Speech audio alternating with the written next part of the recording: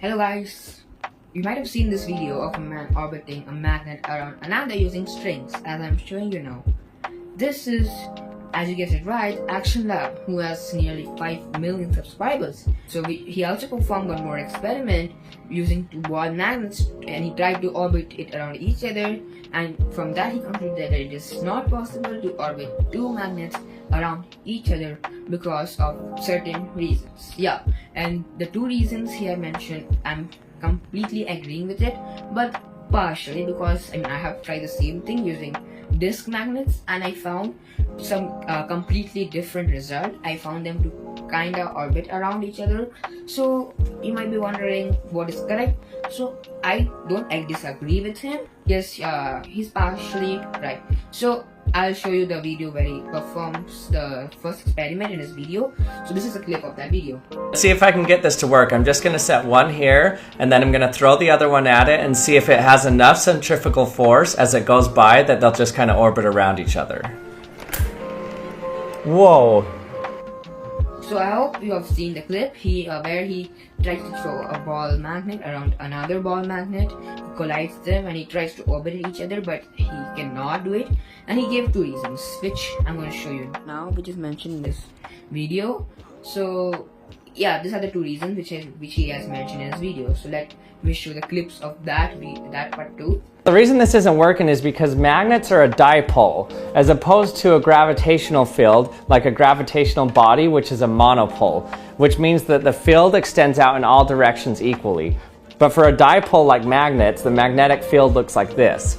So if you try to orbit around it, you can see that you're passing through different strengths of magnetic fields pointing in different directions. So the magnetic field changes depending on where you are around it.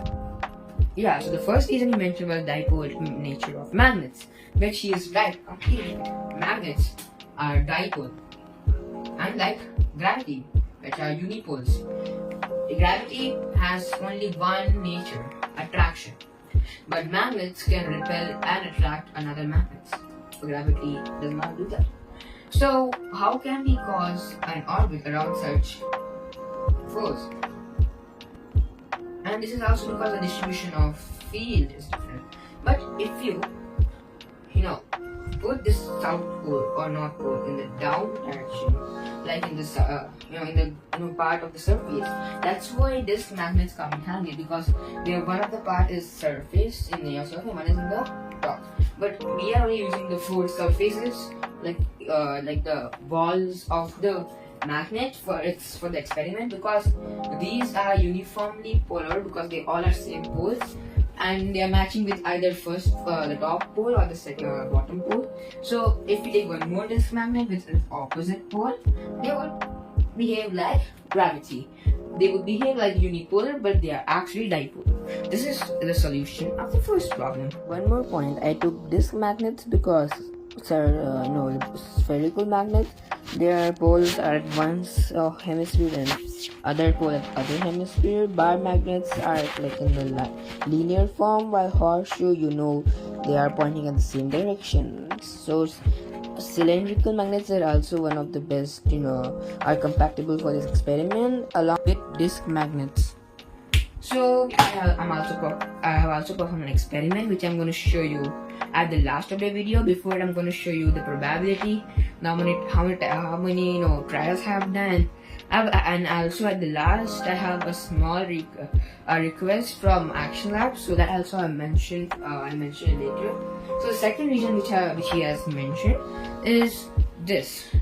The reason is because, let's take for example gravity, which we know can produce stable orbits. We know that the gravitational field scales by 1 over r squared. So the strength of the gravitational field drops off by the squared value the further you are away from it.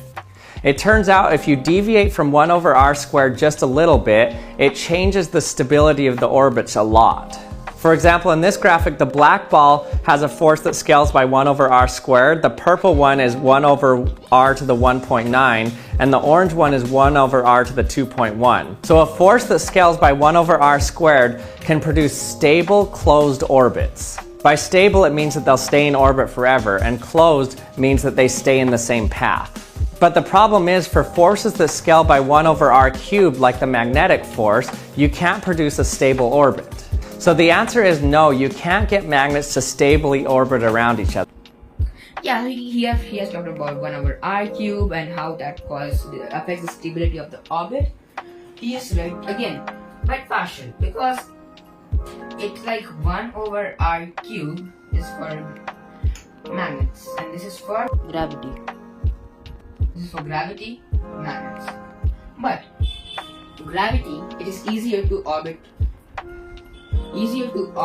two objects around, unlike magnets. According to my experiment, to orbit one magnet around each other, its probability is 0.2%. Gravity, I think so, is going to be 30 to 40%. I don't know. I hope the person who knows the answer comment in the please comment in the comment section. So according to me, I think it's 30 to 40%. Yeah, so this is because of 1/r cube. He has also mentioned a graphical representation of the orbit how orbit is affected because of the this nature, and he's right.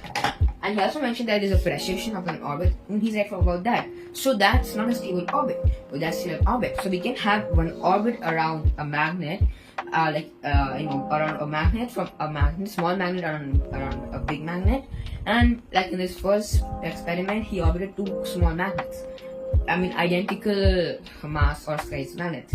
Now, if we take two identical planets also, they would orbit around each other, and they would collide against each other. So it won't form a stable orbit. So you need a small and a big mass. So I need a second experiment, which is this. Shown in the beginning of the video. He has mentioned that he used string to orbit around another magnet, a small magnet around another magnet. So he used cylindrical magnet, which is again the same like this magnet, which is more compatible for this experiment. Yeah, so now let's move forward for my experiment. Before that, let me tell you that I have done more than 1500 trials of trying to orbit a magnet around each other, around which 2 to 3 trials were complete 360s, which unfortunately 2 of them were unrecorded. I know, it's sad. One of them I think so recorded. I think so they orbited around each other like a spiral manner. So nobody's also captured 350-degree orbit, 90-degree acute angle orbits, obtuse angle orbits, etc. And before I proceed, I have a small note for Action Lab, as he is more experienced and more equipped YouTube creator than me. So I want him to enhance my idea and my project using the same experiment as I've performed. And he could try the same thing and make one more video about it. Maybe you could raise this percentage to 1, because it is impossible for me to do more like 10,000, 20,000 trials, or also project them at certain velocities. So I hope he could see this video. So for that, please share this video. And also, as I have told you, is more equipped, that means that he has performed many remarkable experiments, like the Rutherford scattering experiment, which is so hard to do it. I mean, I don't know how to perform it. I was so impressed from it. So I have this small request from him. Now let's.